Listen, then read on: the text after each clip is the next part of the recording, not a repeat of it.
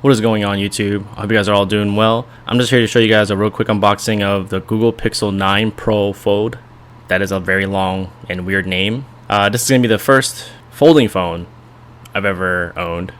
I know Samsung has one. I'm pretty sure other brands have one as well, but Samsung and Google seem to be the two big top contenders.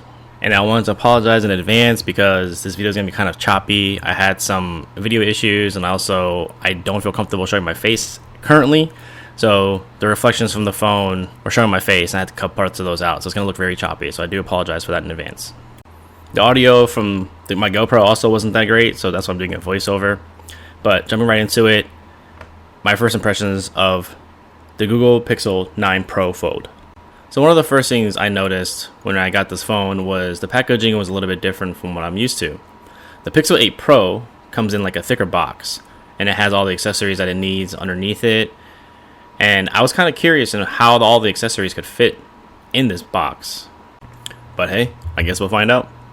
Also, just to be clear, when I say accessories, I'm just talking about the power cord and maybe the SIM card tool.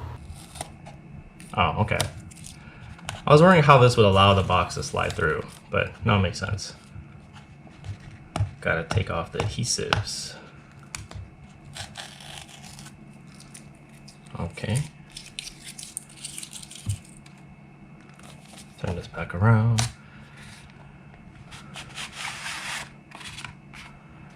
All right.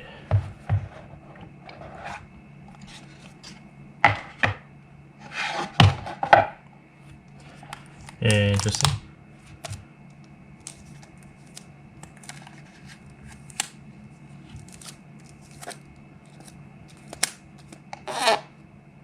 Excuse me. Just that was from slide of the paper. All right. Wait, fingerprint and power? Okay, that's interesting. At this point of the unboxing, I got pretty excited just to see the actual phone itself. And I was actually pretty surprised in how big it was. Pause.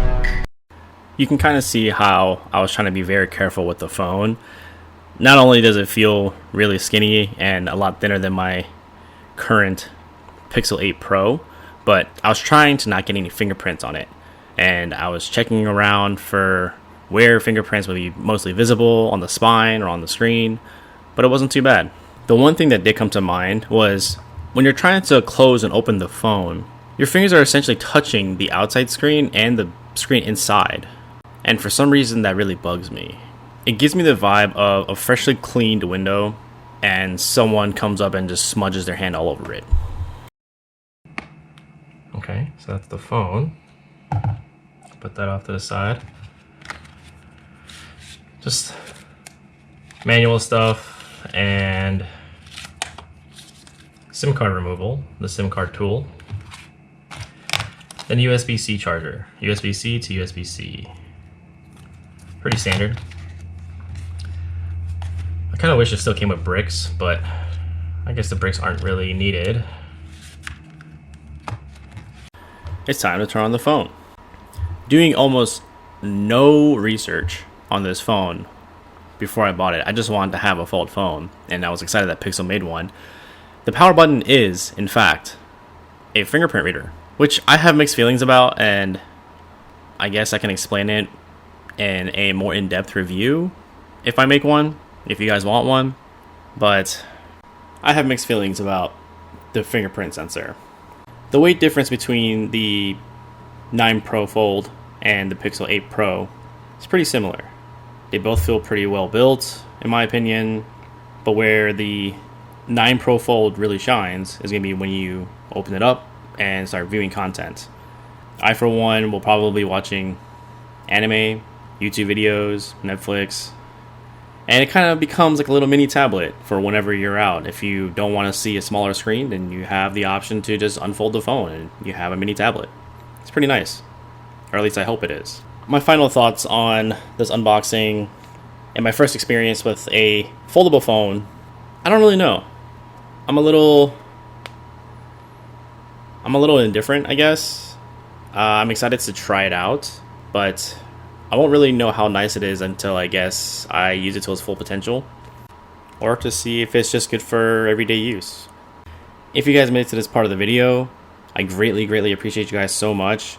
As you guys can tell, I'm very new to content creation, and I plan to keep practicing. I plan to keep posting. I don't know how often or on what I'm going to be posting, but I do have a few shorts on my channel of me riding around on my motorcycle. And as long as the weather's nice, I'll probably continue to make motorcycle content, but it doesn't mean that my channel is exclusively tailored towards motorcycles.